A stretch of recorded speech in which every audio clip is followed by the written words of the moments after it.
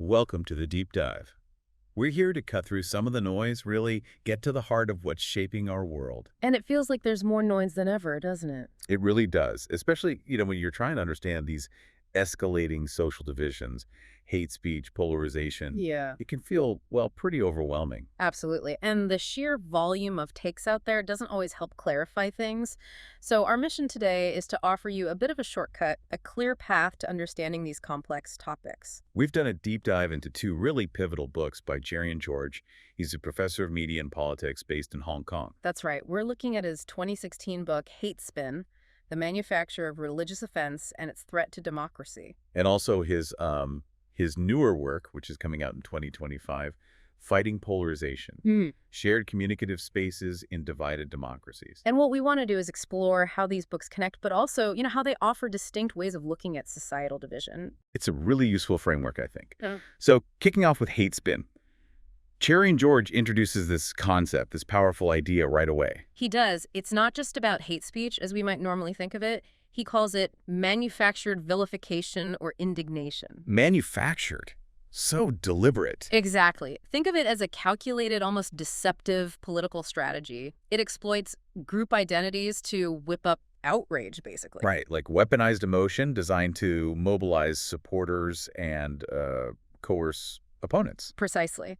And he argues this agitation, it's rarely spontaneous. It's usually driven by what he terms hate spin agents. And these agents are typically elites.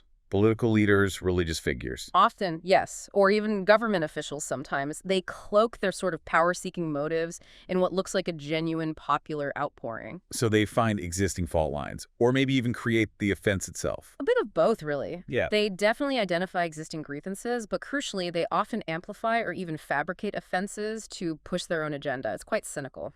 Let's make this concrete. He uses some case studies, right? Like those Danish cartoons of the Prophet Muhammad or that Innocence of Muslims video, things that started quite obscurely. Yes, and became huge international scandals.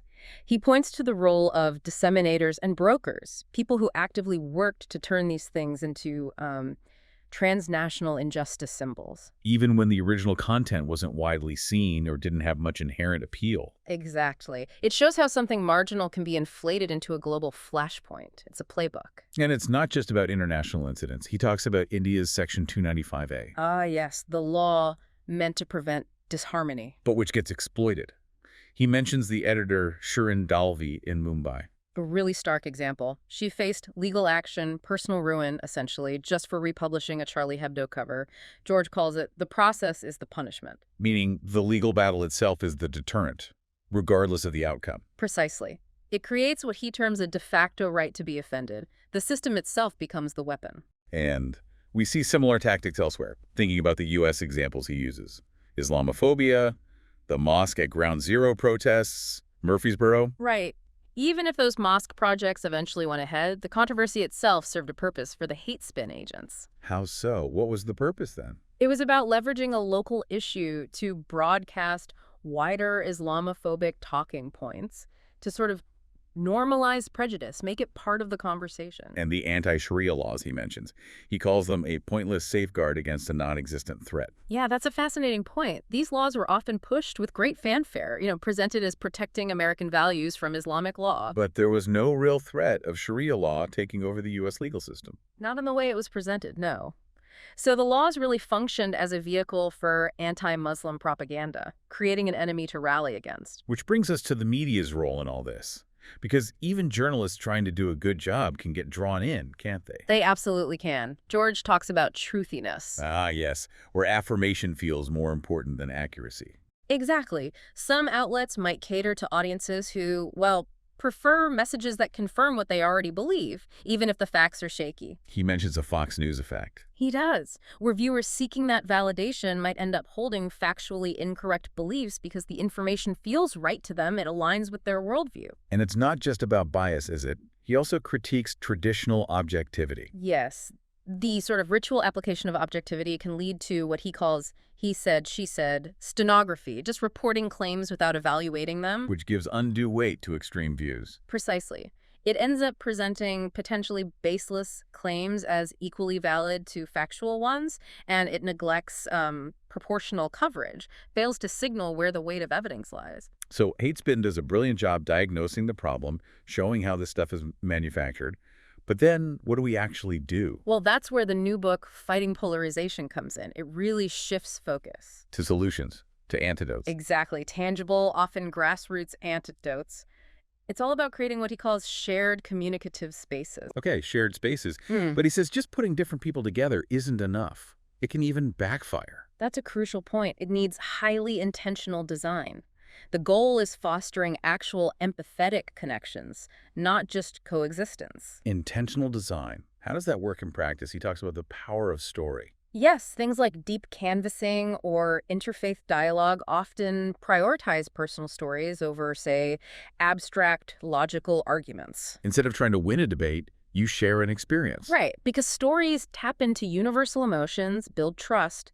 They create a different kind of encounter, potentially a more inclusive one. That makes intuitive sense. And this focus on story extends to journalism, too. It does. How can journalism help construct a larger we instead of just reflecting the divides? He gives examples like Plus 972 magazine in Israel. Yes, written jointly by progressive Israeli and Palestinian journalists.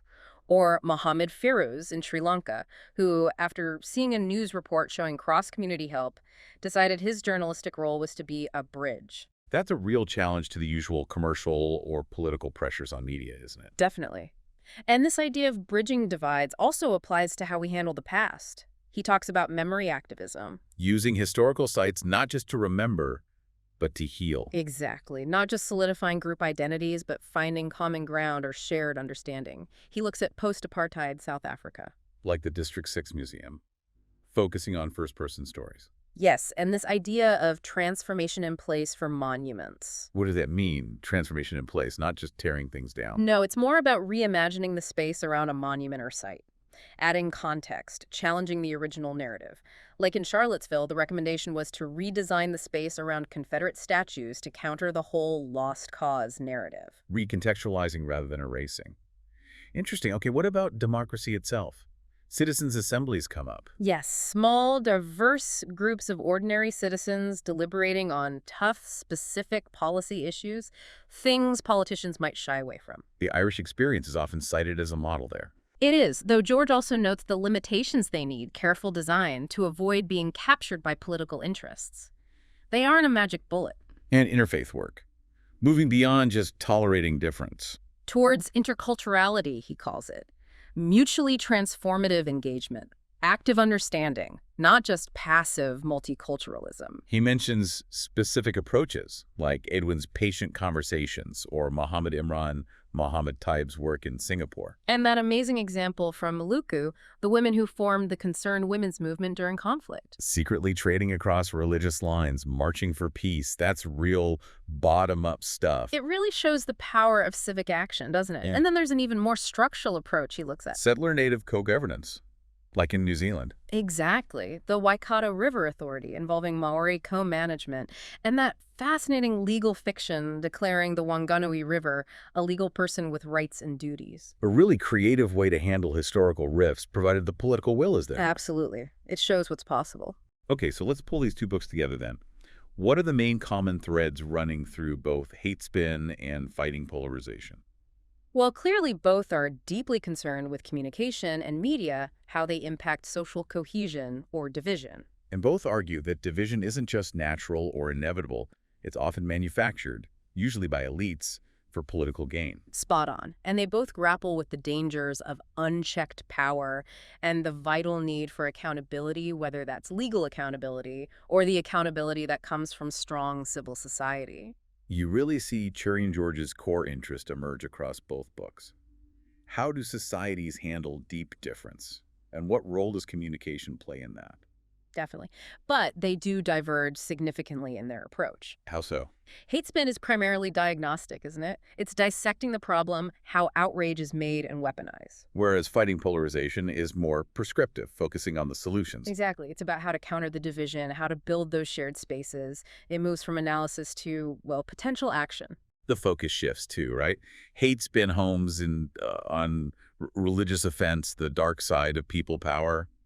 Well, fighting polarization broadens out to look at societal polarization more generally, and crucially, the various forms of resistance to it. And the context has changed between the books, too. Massively.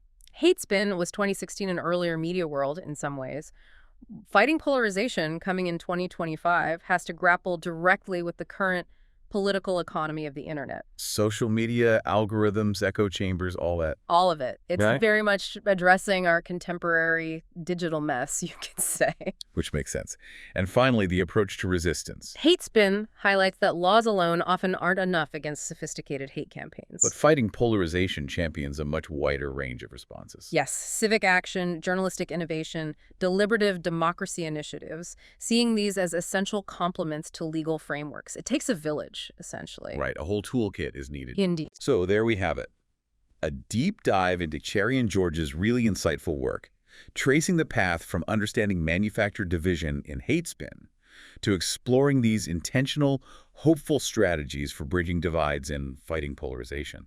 It makes it clear, doesn't it, that tackling deep societal division isn't simple. It's a complex, multi-layered challenge. And I like that quote George uses, that while we might not be able to change how internet giants behave, we can at least stop letting them change us. That's a powerful reminder of agency. And the big takeaway seems to be there's no single vaccine against polarization. We probably need to try, as he puts it, everything everywhere all at once if we want our political cultures to heal and rebuild that social capital. A daunting task, but perhaps a necessary one. Definitely something to think about. Maybe consider, what role you could play.